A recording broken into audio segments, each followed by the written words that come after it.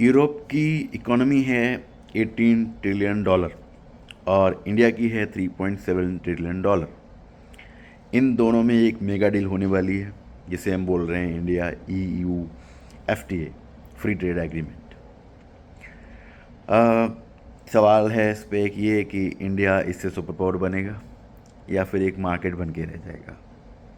नमस्कार, आप देख रहे हो वी मस्ट टॉक इंडिया। मेरी आवाज़ थोड़ी ख़राब है but I just wanted to tell you कि ये जो डील आज हो रही है इसका क्या इम्पैक्ट होगा और क्या फैक्ट्स हैं इसके। तो बने रहिए, लास्ट में आपको मैं इसका एक पूरा एनालिसिस बताऊंगा। थोड़ा हिस्ट्री में चलते हैं। India EU FTA free trade agreement ये शुरू हुआ था 2007 में। मनमोहन सिंह प्राइम मिनिस्टर थे और EU कमीशन के प्रेसिडेंट थे जोस मैनुअल बरोजो। इन्होंने ये बातचीत शुरू की थी। 2013 में ये जो बातचीत थी ये कोलैप्स हो गई थी। रीज़न क्या थे? EU चाहता था कि कार, वाइन, डेयरी पे लो ड्यूटीज़ आएँ। कार्स हैं, वाइन्स हैं, डेयरी प्रोडक्ट्स हैं, इन पे लो ड्यूटीज़ हों।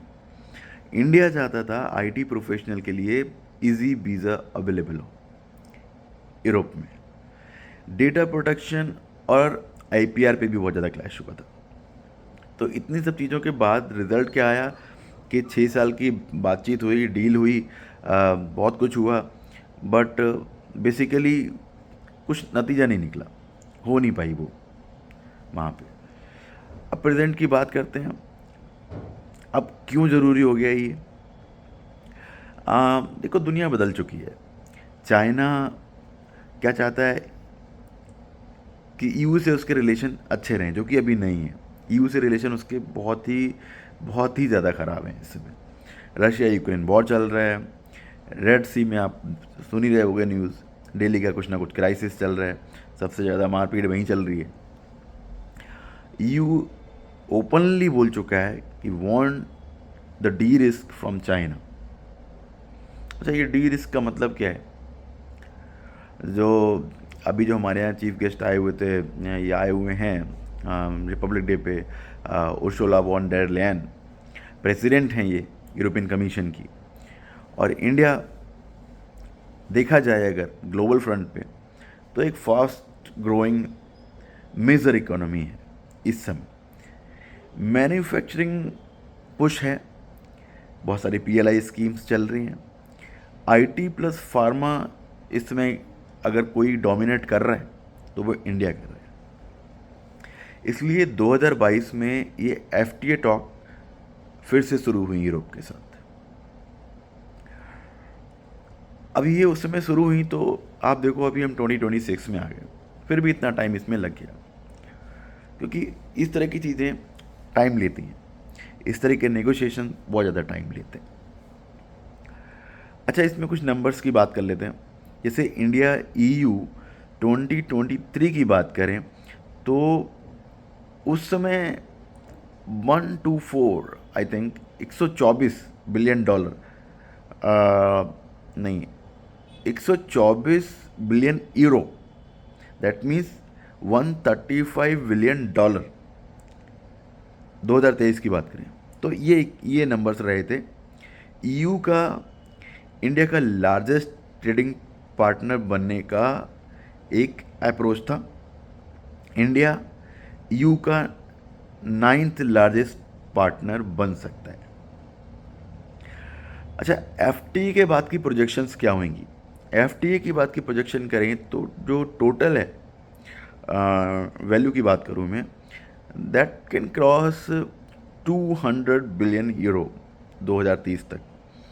इंडिया का एक्सपोर्ट 90 से 100 बिलियन आप मान सकते हो, एक बूस्ट लगेगा सीधे। बहुत बड़ा नंबर है ये। 1 मिलियन से ज़्यादा जॉब क्रिएट होंगी।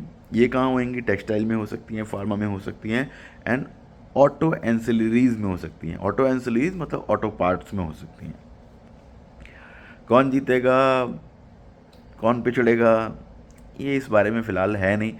इंडिया को फ़ायदा होगा, I mean textile and garments होगा, क्योंकि बांग्लादेश वियतनाम को डायरेक्ट हिट करेगा ये। क्योंकि अभी तक आप देखो मैन्युफैक्चरिंग जो गारमेंट्स का है वो मोस्टली वियतनाम और सबसे ज़्यादा बांग्लादेश में ही होता था। फार्मा में India already supplies more than और अप्रॉक्स 25% ऑफ यूज जेनेरिक्स, ठीक है। तो बहुत बड़ा फ़ायदा यहाँ पे भी है। आईटी एंड सर्विसेज की बात करें, टीसीएस, इन्फोसिस, विप्रो, एचसीएल, इनको बहुत बड़ा फ़ायदा होगा। They can expand their business in the entire Europe and get benefited from this. तो आईटी प्रोफेशनल्स को इसमें जो हमारा पहले एक एस्पिरेशंस था कि वीज़ा इजी हो जाएं, वो हो जाएंगे इसके बाद, एक्चुअली हो जाएंगे। ईयू को फ़ायदा होगा, हाँ जी होगा, फ़ायदा के बिना तो डील होती नहीं। तो ईयू को क्या फ़ायदा होगा? कार बनाते हैं वो, BMW, मर्सिडीज, वॉक्सवैगन, ये सब वहीं का ब्रांड है यार। तो ऑब्वियस है इन पे ड्यूटी कम होगी। और वाइन एंड स्पिरिट्स की बात करें, France, Italy, they are the major producers, ये भी फ़ायदा होगा। मशीनरी की बात करें, ग्रीन टेक्नोलॉजी की बात करें, सोलर की बात करें, हाँ उससे भी फ़ायदा होगा, उनको एक बहुत बड़ा मार्केट मिलेगा इन सब चीज़ों का। बट एक चीज़ और ध्यान रखो, ये सब फ़ायदा तो होगा, दोनों का मार्केट एक्सेस तो मिलेगा, बहुत सारा एक्सपोर्ट इम्पोर्ट होगा, बट इसमें बहुत सारी डंपिंग भी होगी, इससे बहुत लोगों को नुकसान भी होगा। क्या होगा वो आगे बात करते हैं। इंडिया के रिस्क एरियाज़ क्या हैं? Dairy product, Amul versus EU subsidies. India का में सबसे बड़ा ब्रांड क्या चल रहा है अभी मिल्क में? अमूल। एक बार जब ये एफटीए साइन हो जाएगा, you will dump their dairy products. Dairy product एक ऐसी चीज़ है, they are being used across the country, बहुत बड़ा मार्केट होता है इनका। और अगर ये चीप रेट्स पे कहीं मार्केट में डंप होते हैं,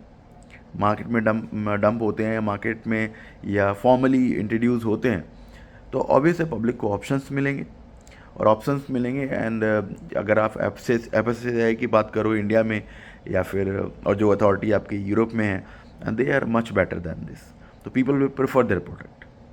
तो ये डायरेक्ट हिट करेगा, एमएसएमई को हिट करेगा, छोटे प्रोडक्ट्स, छोटी मशीनरीज, छोटे बिजनेस, इनको इम्पैक्ट होगा।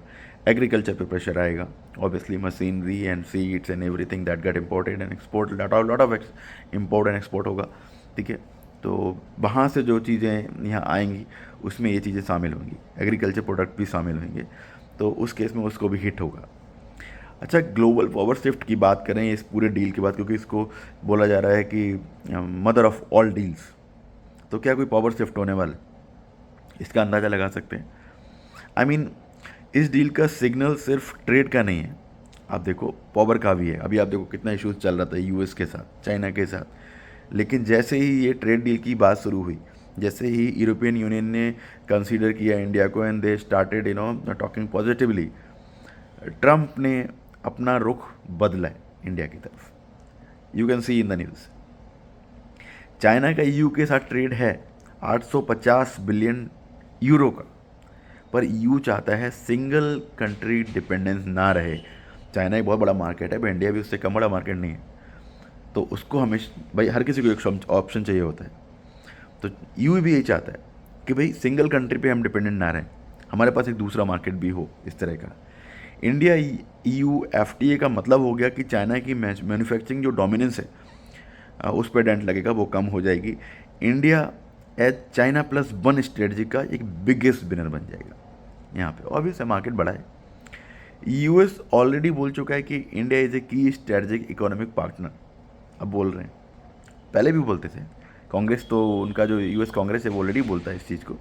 आई डोंट नो ट्रम्प के क्या इश्यूज़ रहे हैं, ये ऑपरेशन सिंदूर के बाद तो बहुत कुछ चेंज हुआ उसके एटीट्यूड में। वेल, फ्यूचर में बात करें तो कब साइन होगा? टारगेट है 2026, 2027, अर्ली 2027 में हो जाना चाहिए। 20+ नेगोशिएशन राउंड हो चुके हैं इसके already. Climate, labour laws, carbon tax, इन पे सारी बातें अभी चलनी बाकी हैं, होनी बाकी हैं। अगर साइन हुआ तो इंडिया का ट्रेड डिप्लोमेसी नेक्स्ट लेवल पे चला जाएगा फॉर श्योर, 100%। तो इंडिया ईयू एफटीए सिर्फ एक एग्रीमेंट नहीं है, ये डिसाइड करेगा इंडिया फैक्ट्री बनेगा या सिर्फ मार्केट, जॉब्स यहाँ बनेंगी या सिर्फ इंपोर्ट बढ़ेंगे। डील हिस्ट्री बना सकती है अगर इंडिया अपनी शर्तें मजबूत रखे।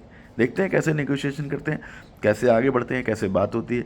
अपनी टर्म्स एंड कंडीशंस पे अगर आप टिके रहोगे, अच्छी टर्म्स एंड कंडीशन डालोगे, तो इंडिया को बहुत बेनिफिट होने वाला है इसमें। ऑब्वियसली दोनों को बेनिफिट होगा, उनका मार्केट भी बहुत बड़ा है, हमारा मार्केट भी बड़ा है, ठीक है। बट दोनों मार्केट में कंज्यूमर्स हैं, दोनों के प्रोडक्ट के कंज्यूमर्स हैं, ठीक है। EU को ऑब्वियसली बहुत बड़ा फ़ायदा होगा, the numbers will be higher, पर इंडिया के लिए भी कम नहीं है। 100 billion is not a very small amount. तो आप बताओ कमेंट में, India EU FTA game changer है या कोई हिडन ट्रैप लग रहा है आपको? और ऐसे डेटा ब्रेकडाउन के लिए आप चैनल को फॉलो करो, मैं आपको आगे और चीज़ें बताता रहूँगा। और जैसे ही ये टॉक ख़त्म हो जाएगी, आज ये नेगोशिएशन, ये एक बात आज हो जाएगी, तो क्या साइन हुआ, क्या बात हुई, क्या नेगोशिएशन चल रही हैं, आगे क्या होगा, मैं आप तक लेके आता हूँ। तो thank you so much for watching this. थोड़ा सा आज मेरा गला ख़राब है, तो my voice is not really good, apologies for that. Thank you and good day.